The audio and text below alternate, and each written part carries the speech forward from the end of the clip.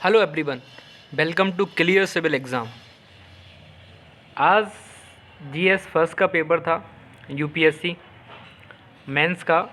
तो GS first का जो पेपर है उसको हम थोड़ा देखेंगे कि कैसा पेपर आया है, किस तरीके का पैटर्न रहा है, किस टॉपिक से ज़्यादा क्वेश्चंस पूछे गए हैं।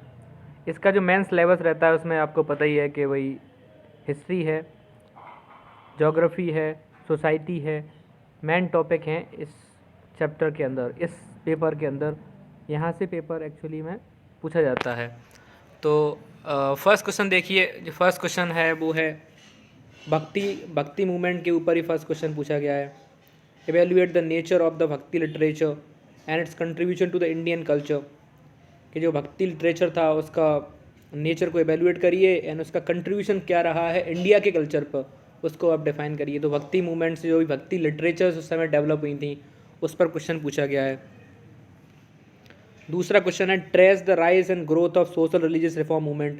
ये सोशल रिलीजियस रिफॉर्म जो मूवमेंट थे उससे क्वेश्चन पूछा गया है। स्पेसिफिकली जो आपको डिफाइन करना है वो करना है कि राजा राम मोहन राय का जो ब्रह्मो समाज था और जो बेबियन डेरेजियो का जो यंग बंगाल मूवमेंट था, इसका क्या कंट्रीब्यूशन था इंडिया के सोशियो रिलीजियस रिफॉर्म मूवमेंट के अंदर, तो उस पर बात करनी है। अच्छा क्वेश्चन है और थोड़ा सा अभी अगर आपने अच्छे से मॉडर्न हिस्ट्री को पढ़ा होगा तो ये आपके लिए बहुत ही इजी क्वेश्चन था।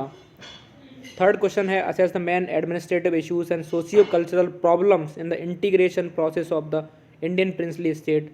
तो आपको पता होना चाहिए जब हम इंडिपेंडेंट हुए थे, जब इंडिया आज़ाद हुई थी, उस समय करीब 552 प्रिंसली स्टेट थे, राजा रियासतें थीं, राजाओं की रियासतें थीं।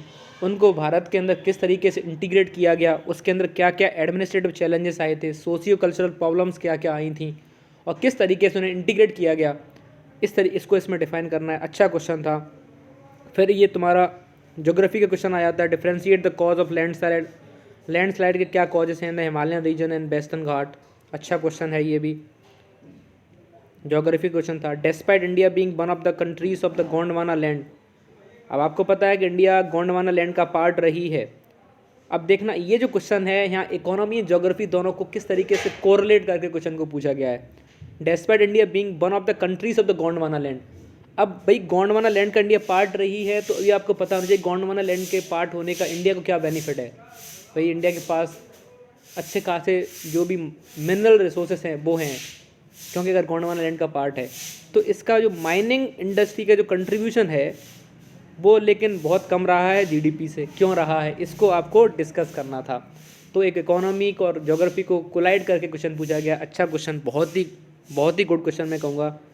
अब इसमें एक डीप अंडरस्टैंडिंग की ज़रूरत है, डीप इंसाइट की ज़रूरत थी इस क्वेश्चन को लिखने के लिए। ये जो क्वेश्चन है ये है कि जो भी reclamation of the water bodies है उसके ऊपर इन्वायरमेंटल इम्प्लीकेशन क्या होंगे। तो ये भी एक अच्छा क्वेश्चन पूछा गया है। What are the environmental implication of the reclamation of the water bodies into urban land use? Explain with the example। एक बहुत ही सुंदर क्वेश्चन। फिर ये जो क्वेश्चन है mention the global occurrence of volcanic eruption in 2021 and their impact on the regional environment। अब जो भी 2021 के अंदर जो भी वोल्केनिक इरप्ट हुए हैं उनको मेंशन करिए। जो भी इंडोनेशिया का जो आइलैंड है वहाँ पर जो वोल्केनिक इरप्शंस हुए हैं और भी जो इटली में जो भी वोल्केनिक इरप्शंस हुए हैं, इन सबको आपको पहले तो मेंशन करना है, उसके बाद उसका इम्पैक्ट डिफाइन करना है ऑन द रीजनल इन्वायरमेंट। कि जो रीजनल इन्वायरमेंट है उसके ऊपर क्या क्या इम्पैक्ट पड़े हैं वोल्केनिक इरप्शन होने की वजह से। तो ये बहुत ही अच्छा क्वेश्चन है। ज्योग्राफी से क्वेश्चन पूछा गया है। Why is India is considered as a subcontinent. Geography का क्वेश्चन है, इंडिया को सब कॉन्टीनेंट क्यों कहते हैं, एलेबोरेट करो इसको। अच्छा क्वेश्चन है। उसके बाद ये जो क्वेश्चन है ये सोसाइटी से क्वेश्चन आ गया। Examine the uniqueness of the tribal knowledge system when compared with the mainstream knowledge and cultural system. Examine what, uniqueness of tribal knowledge system. जो ट्राइबल का जो नॉलेज सिस्टम है उसकी यूनिकनेस को एग्जामिन करिए and उसको compare करिए with the mainstream knowledge के साथ और कल्चरल सिस्टम के साथ। ये भी एक अच्छा क्वेश्चन है। Discuss the role of gig economy. अब देखो यहाँ पे इकोनॉमी के क्वेश्चन पूछे गए हैं। सोसाइटी वाले चैप्टर के अंदर इकोनॉमी क्वेश्चन पूछे गए हैं, बट इकोनॉमी को रिलेट किससे किया गया सोसाइटी वाले क्वेश्चन से कि in the process of the empowerment of the women in India. जो गिग इकोनॉमी है उसका क्या रोल है कि वुमेन को एम्पावर्ड करने में। ठीक है, अब पहले तो गिग इकोनॉमी के बारे में पता होना चाहिए, देन उसके बाद कैसे करके गिग इकोनॉमी हेल्प कर रही है वुमेन एम्पावरमेंट में, ये आपको डिफाइन करना था इस क्वेश्चन के अंदर। बहुत ही अच्छा क्वेश्चन सोसाइटी से है।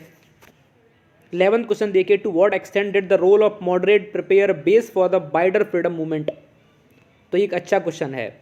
अब यहाँ पर जो है कि मॉडरेट का क्या रोल रहा है, कि मॉडरेट ने इंडियन फ्रीडम मूवमेंट के को प्रिपेयर करने के लिए एक बेस तैयार कर दिया था पहले से ही।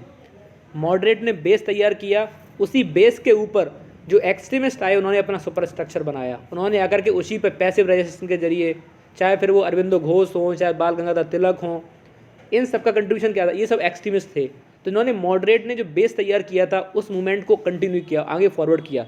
तो मॉडरेट का बहुत बड़ा कंट्रीब्यूशन है। तो मॉडरेट के रोल को यहाँ पे आपको डिफाइन करना है कि भाई 80-85 में कांग्रेस की फॉर्मेशन होती है, उसके बाद 80-85 में जो कांग्रेस की फॉर्मेशन होती है, और कांग्रेस की फॉर्मेशन होने के बाद तो 80-85 से लेकर के 1905 तक, मींस पार्टीशन ऑफ बंगाल तक जो मूवमेंट था वो मॉडरेट फेस में था, क्योंकि इस समय मॉडरेट लीडर इंडिया के मूवमेंट को डोमिनेट कर रहे थे। कौन कौन मॉडरेट लीडर थे? दादा भाई नारोजी थे, ठीक है, उसके बाद दादा भाई नारोजी हो गए, देन सुरेंद्र नाथ बनर्जी हो गए, ये सब मॉडरेट लीडर्स थे जो कि मूवमेंट को डोमिनेट कर रहे थे। इनका रोल लिखना है। डिमांड क्या थी इनकी भाई? तो डिमांड ने ट्रिपल पी डिमांड बोलते हैं, पीस, प्रेयर एंड पटिशंस। ये मतलब पीसफुली प्रोटेस्ट करते थे, पटिशंस फाइल करते थे, प्रोटेस्ट करते थे। तो इनका इस तरीके का मूवमेंट था, ये इनके इंस्ट्रूमेंट थे एक मूवमेंट को, इसको आपको डिफाइन करना। अच्छा क्वेश्चन था। देन 13th क्वेश्चन, अगर उसके बाद जो 12th है, 12th क्वेश्चन बहुत ही अच्छा क्वेश्चन। तो मॉडर्न हिस्ट्री से अच्छे खासे क्वेश्चन पूछे गए और अच्छे क्वेश्चन पूछे गए हैं। और यहाँ पे गांधी का जो कंस्ट्रक्टिव प्रोग्राम था उसके बारे में बताना है कि नॉन कोऑपरेशन मूवमेंट में, सिविल डिसोबीडिएंट मूवमेंट के टाइम पर गांधी का कंस्ट्रक्टिव प्रोग्राम क्या था। कंस्ट्रक्टिव प्रोग्राम क्या था गांधी का कि भैया एक पॉलिटिकल अवेयरनेस लोगों के अंदर लेकर के आना कि भैया ब्रिटिश हमारे ऊपर राज कर रहे हैं, उन्हें बताना कि ब्रिटिश ने कैसे करके इंडिया की इकोनॉमी को पूरी तरीके से ख़त्म कर दिया है, ये था कंस्ट्रक्टिव प्रोग्राम का पार्ट। साथ ही साथ हिंदू मुस्लिम यूनिटी को प्रमोट करना, अनटचेबिलिटी को ख़त्म करना, ये सारा आ जाता है किसके अंदर? Constructive programme of Mahatma Gandhi. तो ये भी थोड़ा अच्छा क्वेश्चन था जो कि मॉडर्न हिस्ट्री से क्वेश्चन था, ये भी मॉडर्न हिस्ट्री से क्वेश्चन था, अच्छा क्वेश्चन था।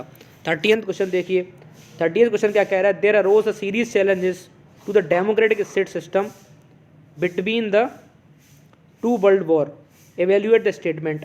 अब भाई world war first and world war second के बीच में क्या सीरियस चैलेंजेस डेमोक्रेटिक स्टेट को दिखाई दिए, तो उसको आपको डिफाइन करना। ये वर्ल्ड हिस्ट्री का क्वेश्चन है और मैं कहूँ ये बहुत ही अच्छा क्वेश्चन है, अच्छा क्वेश्चन है मेरे अकॉर्डिंग, क्योंकि इसमें आपको चाहिए डीप अंडरस्टैंडिंग, थोड़ा सोचना पड़ेगा, then you can find the answer of this question. Then 40th question, briefly mention the alignment of a major mountain ranges of the world and explain their impact on the local weather condition with example। अब जो भी major mountain ranges हैं world की, उनको आप पहले तो briefly क्या करिए? मेंशन करिए। जो भी मेजर माउंटेन रेंजेस हैं, चाहे फिर वो हिमालयास हो, एंडिस हो, एपलांचेस हो, इन सबको मेंटेन करिए, इन सबको मेंशन करिए। उसके बाद ये बताइए कि इनका लोकल वेदर के ऊपर क्या इम्पैक्ट है। जैसे हिमालयास लोकल वेदर में बहुत ज़्यादा रोल प्ले करते हैं, लाइक हिमालयास प्रोटेक्ट करते हैं हमारे इंडियन सब कॉन्टिनेंट को from the Siberian cold wave, तो ऐसा ये पॉइंट हो गया। दूसरा ये हेल्प करते हैं in order to attract the monsoon in Indian subcontinent. तो ये सब चीज़ को आप लिख सकते हैं अच्छे से। ज्योग्राफी से था, अच्छा क्वेश्चन था फिजिकल ज्योग्राफी से। How do the melting of Arctic ice and glaciers of the Antarctic differently affect the weather patterns and human activities on earth, explain. कि भाई जो आर्कटिक आइस एंड और जो अंटार्कटिक आइस के अंदर जो ग्लेशियर्स हैं वो जो मेल्ट हो रहे हैं, वो कैसे करके वेदर पैटर्न को अफेक्ट करते हैं, उसके बारे में बताना है। तो भाई पता है कि global green house gas emission के इंक्रीज़ होने की वजह से ग्लोबल वार्मिंग हो रही है। ग्लोबल वार्मिंग की वजह से टेम्परेचर राइज कर रहे हैं, जिसकी वजह से ग्लेशियर्स मेल्ट कर रहे हैं, और ग्लेशियर जब मेल्ट कर रहे हैं उसकी वजह से ग्लोबल सी वेदर चेंज हो रहा है, ठीक, ग्लोबल सी लेवल राइज हो रहा है। तो ये क्या क्या इम्पैक्ट है ह्यूमन एक्टिविटीज़ के ऊपर, वेदर के ऊपर क्या क्या इम्पैक्ट कर रहा है, क्लाइमेट चेंज हो रहा है। तो ये सारी चीज़ें हमें आपको यहाँ लिखनी थी। अच्छा क्वेश्चन है। 16th क्वेश्चन है, discuss the multi dimensional implication of uneven distribution of the mineral oil in the world. जो मिनरल ऑयल है वो अनइवनली डिस्ट्रीब्यूटेड है, कि कहीं ज़्यादा है कहीं बहुत कम है, तो इसका इम्पैक्ट क्या है, मल्टी डायमेंशनल इम्प्लीकेशन आपको डिफाइन करनी है। इकोनॉमिक ज्योग्राफी से क्वेश्चन था ये। देन 17th क्वेश्चन है, what are the major socio economic implication arising out of development of IT industry in major cities of India. कि जो आईटी इंडस्ट्रीज़ डेवलप हो रही हैं, इंफॉर्मेशन टेक्नोलॉजिकल बेस्ड इंडस्ट्रीज़ हो रही हैं, उनके सोशियो इकोनॉमिक इम्प्लीकेशंस क्या हैं, उसको आपको यहाँ डिफाइन करना था। Good question. Discuss the main objective of the population education.